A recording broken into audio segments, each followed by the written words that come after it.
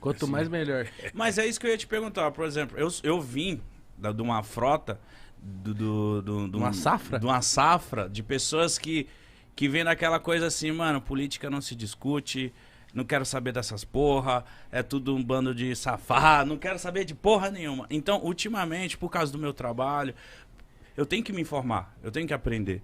Mas só que eu vim com isso na minha cabeça, de não quero saber de nada, não quero discutir, vai com esse papo chato pra lá.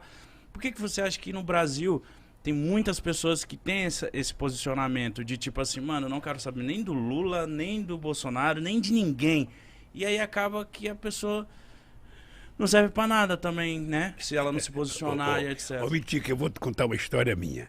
Em 1978, eu comecei a ficar famoso porque nós fizemos as primeiras greves dos metalúrgicos no ABC. Eram greves, sabe? Primeiro foi greve por fábrica, depois nós fizemos greve. Nós fazíamos assembleia no estádio com 100 mil pessoas. Era muita coisa. Então, aí o pessoal começou a me convidar para ir para a política. E eu dizia assim, eu achava que eu era inteligente, eu dizia assim, eu não gosto de política e não gosto de quem gosta de política. Eu achava que era o máximo. A imprensa batia palma, eu saía na primeira página dos jornais, finalmente surgiu um operário que não gosta de política, ele não quer o poder, ele só quer melhorar um pouquinho o salário dele e tal. Aí, cara, foi passando 3, 4 meses, eu estava na rua fazendo campanha, sabe para quem? Pro Fernando Henrique Cardoso.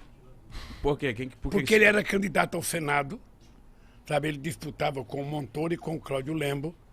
E ele tinha votado do exílio, era uma figura interessante, porque era mais jovem, porque era um cara mais à esquerda, sabe? Mais à esquerda, mas depois ficou mais à direita e tal. Mas eu tinha uma boa relação com ele, e não foi ele que pediu para mim, não. Fui eu que fui pedir para ele para apoiá-lo. Eu e muitos sindicalistas. Aí depois eu descobri que se a gente não cria um partido político, a gente estava ferrado. Porque você nunca pode esperar que alguém faça por você aquilo que você mesmo tem que fazer. Então você fica esperando que o Congresso Nacional aprove as coisas boas para o país. Você já parou para analisar quem é que está no Congresso Nacional? Você já viu o prontuário de cada um? Você já viu a ficha de cada um? Você já viu a origem de cada um? Se você não vê isso, você não vai saber votar. Se você não vê, você vai votar equivocadamente. É como se você fosse colocar uma raposa no seu galinheiro achando que a raposa vai engordar as galinhas. Não vai, vai comer as galinhas. Então eu descobri que era preciso fazer um partido. Descobri porque eu fui no Congresso brigar para não aprovar uma lei. E quando eu cheguei lá, eu percebi que não tinha nenhum trabalhador. Aí então eu comecei a fazer política, sabe? Eu fui gostando da política, fui gostando, e eu achei que era o caminho. Se você está descontente com alguma coisa, é através da política que você vai mudar. Sabe? Então você tem que participar, você tem que saber como participar. Sabe? E quando eu digo isso, ô Mitica, eu digo o seguinte, veja, eu não acho que um artista, eu não acho que um cara tem que dizer eu voto em fulano, eu voto... não tem que dizer nada, ele tem que ser profissional, fazer o programa dele, dizer o que ele bem entender. Ele é político na hora que ele vai votar, a não ser que ele queira assumir publicamente a tarefa. E eu então fui. E depois, você pensa que eu imaginei ser candidato a vereador uma vez? Nunca me passou pela cabeça. Mas quem te incentivou de você virar um candidato a vereador? Veja, eu não fui vereador. Eu fui candidato a deputado a governador de São Paulo em 82. Eu, Franco Montoro, Reinaldo de Barros, Cláudio, Jânio Quadros. Era assim, eu fui candidato, eu pensei que eu ia ganhar as eleições. Cara, eu estava famoso por causa das greves. Eu estava famoso. Eu ia pro interior de São Paulo, era gente na rua aqui. As pessoas não imaginavam como é que eu juntava tanta gente na rua. Eu dava autógrafo. Tinha um livro que foi lançado meu chamado Lula, Entrevistas e Discursos. Eu descia do palanque, lá tinha que dar autógrafo, sabe?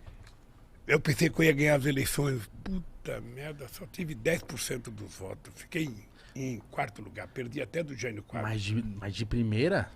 Mas eu achei que eu Tava ia ganhar. convicto. O comício do encerramento da campanha no Pacaembu. Você não tem noção a quantidade de gente. Que ano que era, Lula? 82. 1982. Você não tinha nem nascido, cara. Não. Até eu tirei nascido. Não tava. Aí eu fui lá e aquela multidão de gente, sabe? Falou, Eu já falava, era meu. porra, vou ganhar as eleições. Já me via como governador. Sabe? Aí fiquei em quarto lugar. Uma frustração, você não tem noção da frustração. Eu até pensei em parar. Aí quando foi em 85, eu fui para Cuba. Eu conheci o Fidel. Aí fui lá visitar o Gente Fidel. boa? Hein? Gente boa? Gente boa.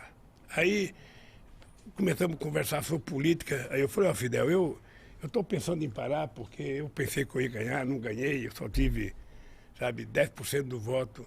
Ele falou, quanto que é 10% do voto? Eu falei, é 1.254.000 votos.